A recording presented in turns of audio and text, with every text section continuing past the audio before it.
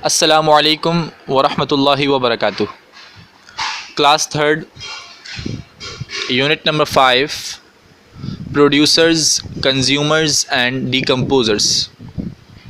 उम्मीद करता हूँ पिछले वीक का लेक्चर आपको समझ आया होगा। आज जो चीज़ें हमने इस चैप्टर में पढ़नी है, आइए सबसे पहले देखते हैं वो क्या है। सबसे पहले बात करेंगे हम फ़ोटोसिंथेसिस के प्रोसेस की।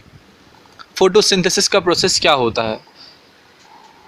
अगर आप आसान अल्फाज में समझना चाहें कि फ़ोटोसिंथेसिस का प्रोसेस क्या है, तो इसको हम यूँ समझ सकते हैं कि जब प्लांट्स अपनी ग़िज़ा को ख़ुद बनाते हैं, तो जिस प्रोसेस के ज़रिए से प्लांट अपनी ग़िज़ा को बनाते हैं वो प्रोसेस फ़ोटोसिंथेसिस कहलाता है। जैसा कि आप अपनी स्लाइड में देख रहे हैं कि plants produce their own food by the process called photosynthesis, यानी जब पौधे अपनी ग़िज़ा को ख़ुद बनाएं, जिस प्रोसेस के ज़रिए से बनाते हैं वो प्रोसेस फ़ोटोसिंथेसिस कहलाता है। In this process they use sunlight to make food. अब इस प्रोसेस में ज़ाहिर है कि कुछ चीज़ें इस्तेमाल होती हैं। अब वो एक्सटर्नली भी हैं, वो इंटरनली भी हैं, यानी वो चीज़ें जो प्लांट के बाहर मौजूद हैं वो भी प्लांट की ग़िज़ा को बनाने में मदद देती हैं, और वो चीज़ें जो प्लांट के अंदर मौजूद हैं वो भी प्लांट की ग़िज़ा को बनाने में मदद देती हैं। अब जो एक्सटर्नल फीचर्स हैं, जो एक्सटर्नल की चीज़ें हैं, जो बाहर की चीज़ें हैं, उसमें सबसे पहले कह रहे हैं they use sunlight to make food. अब सूरज की रोशनी भी मदद देती है उनको ग़िज़ा बनाने में। There is a green pigment called chlorophyll which is mostly found in leaves. अब वो हिस्सा जो प्लांट के अंदर मौजूद है वो सनलाइट को कैच करता है और उसके ज़रिए से ग़िज़ा को बनाता है। तो वो जो अंदर का हिस्सा है जो प्लांट के अंदर मौजूद है वो ग्रीन पिगमेंट है, यानी ग्रीन कलर है, और वो कलर कहलाता है क्लोरोफिल, जो कि आम तौर पर ज़्यादातर लीव्स के अंदर पाया जाता है, यानी पत्तों के अंदर क्लोरोफिल पाया जाता है। Chlorophyll traps energy from sunlight. This energy then used to make glucose from water inside the plant and carbon dioxide in the air. Chlorophyll, जैसा कि मैंने अभी आपको बताया, सनलाइट को ट्रैप करता है, सनलाइट एनर्जी को कैच करता है। अब वो एनर्जी जो क्लोरोफिल ने कैच करी है सनलाइट से, वो ग्लूकोज बनाती है। किसके ज़रिए से? जो पानी उस प्लांट के अंदर मौजूद है और जो कार्बन डाइऑक्साइड उसके अंदर मौजूद है, उसके ज़रिए से वो ग्लूकोज़ बनाते हैं, जो कि ग्लूकोज़ प्लांट की बेसिकली ग़िज़ा है। जो इसका फार्मूला नॉर्मली ग्लूकोज़ का C6H12O6 होता है। अभी छोटी क्लासेस में तो इसको हम मज़ीद डिटेल में नहीं पढ़ सकते, फ़िलहाल इसको आप फ़ोटोसिंथेसिस को जो हमने पढ़ाया उस तक रखते हैं। नेक्स्ट टॉपिक हमारे पास मौजूद है कंज्यूमर्स का। कंज्यूमर्स क्या होते हैं? Those species who cannot prepare their own food and depend on plants and other animals for their food are known as consumers.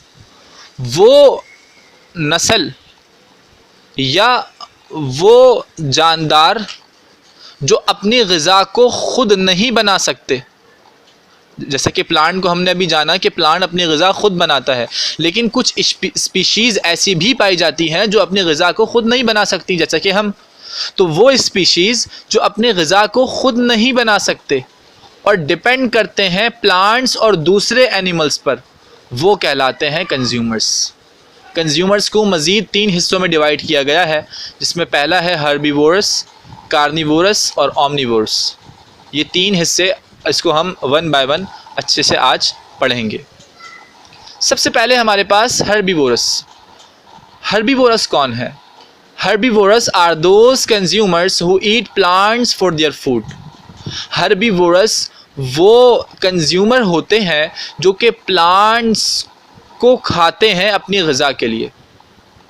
जैसे कि नॉर्मल एग्जांपल आप अच्छे से जानते होंगे, अभी बकरा ईद का वैसी सीज़न है जिसमें शीप है, डेयर है, काउज़ है और गॉड्स है। ये तमाम कंज्यूमर्स हैं जो कि प्लांट्स को खाते हैं, तो ये हर्बीवोरस कहलाते हैं। नेक्स्ट है हमारे पास कार्निवोरस। कार्निवोरस कौन होते हैं? वो consumer who eat meat for their food, जो कि गोश्त खाते हैं, जो कि गोश्त खोर होते हैं, उनको हम कार्निवोरस कहते हैं। इसकी एग्जांपल में लॉयंस है, वूल्स है, ईगल्स है, वगैरह वगैरह।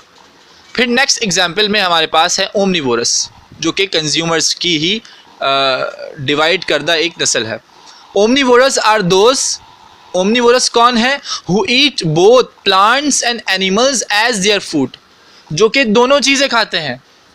हर्बीवोरस में हमने पढ़ा कि वो सिर्फ प्लांट्स खाते हैं, कार्निवोरस में हमने पढ़ा कि वो सिर्फ गोश्त खाते हैं, जबकि ओमनीवोरस वो कंज्यूमर्स होते हैं जो कि प्लांट्स के साथ साथ एनिमल्स भी अपनी ग़िज़ा के लिए इस्तेमाल करते हैं, जिसमें हम इंसान भी मौजूद हैं। हम प्लांट्स भी खाते हैं और हम एनिमल्स भी खाते हैं। ऐसे ही बेयर्स हैं, बेयर्स प्लांट्स भी खाते हैं, एनिमल्स भी खाते हैं। ऐसे रैकून्स हैं, ये तमाम वो जानवर हैं, वो स्पीशीज़ हैं जो कि प्लांट्स और एनिमल्स को अपनी ग़िज़ा के लिए इस्तेमाल करते हैं। इसकी एग्जांपल्स में जो हमने पढ़ी वो देखते हैं। जैसे हर्बीवोरस है, हर्बीवोरस में हमने पढ़ा डियर्स हैं, शीप्स हैं।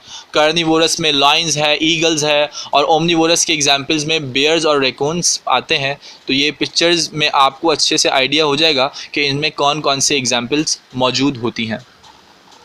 नेक्स्ट टॉपिक जो हमारे पास मौजूद है वो है स्कैवेंजर्स। स्कैवेंजर्स क्या होते हैं? Scavengers in an animal, bird और इंसेक्ट। स्कैवेंजर्स की 3 स्पीशीज़ पाई जाती हैं। या तो वो कोई नॉर्मली बड़े जानवर भी हो सकते हैं, या तो वो परिंदे भी हो सकते हैं, या कोई वो कीड़े मकोड़े भी हो सकते हैं। तो स्कैवेंजर्स वो जानवर होते हैं, या वो परिंदे होते हैं, या वो कीड़े मकोड़े होते हैं जो कि अपनी ग़िज़ा को हासिल करते हैं डेड मैटर के ज़रिए से। यानी वो मादा, वो ग़िज़ा जो कि बिल्कुल डेड है, बिल्कुल मर चुकी है, उसमें से अपनी ग़िज़ा को ये हासिल करते हैं। जिसकी एग्जांपल्स में हमारे पास फॉक्स है, ब्लो फ्लाइज है और वल्चर्स हैं। ये ऐसे जानवर हैं और ऐसे बर्ड्स हैं और ऐसे इंसेक्ट्स हैं जो कि डेड मैटर को अपनी ग़िज़ा के लिए इस्तेमाल करते हैं। लास्ट टॉपिक हमारे पास जो इस चैप्टर से रिलेटेड है वो है डीकम्पोजर्स। डीकम्पोजर्स कहाँ है? They are living things such as bacteria and fungi that break down dead plants and animals into smaller nutrients. Decomposers वो जानदार चीज़ें होती हैं या वो जानदार स्पीशीज़ होते हैं, जैसा कि बैक्टीरिया है, फंजाई है, ये तमाम जानदार हैं। अब इनका काम क्या होता है? इनका काम ये है कि ये ब्रेक डाउन करते हैं डेड प्लांट्स और एनिमल्स को और मज़ीद छोटे न्यूट्रिएंट्स के अंदर। यानी वो प्लांट्स और वो एनिमल्स जो कि मर चुके हैं, जो कि बिल्कुल ख़त्म हो चुके हैं, उनको और मज़ीद स्मॉल यानी छोटे, और मज़ीद उनके छोटे न्यूट्रिएंट्स कर देते हैं। They are microscopic in size. और वो डिकम्पोजर्स जो होते हैं वो माइक्रोस्कोप के ज़रिए से दिखाई देते हैं, आम आँखों से दिखाई नहीं पड़ते। तो ये कुछ चीज़ें थी आज जो हमने इस चैप्टर में पढ़नी थी। कुछ चीज़ें इसमें से हमने थोड़ी सी छोड़ी भी हैं क्योंकि वो फ़ेस टू फेस समझाने वाली ज़्यादा है, लेकिन अच्छा खासा हिस्सा हमने इस चैप्टर का पढ़ा है। तो उम्मीद करता हूँ आपको ये तमाम चीज़ें समझ आई होंगी। अगर इसमें से कोई सवाल हो, कोई चीज़ समझ ना आई हो, तो आप हमसे कमेंट सेक्शन में पूछ सकते हैं और इसके हवाले से, इससे रिलेटेड जो असाइनमेंट आपको मिले वो भी आप मुकम्मल करें। अपना ख़याल रखें। अस्सलामु अलैकुम व रहमतुल्लाहि व बरकातुहू।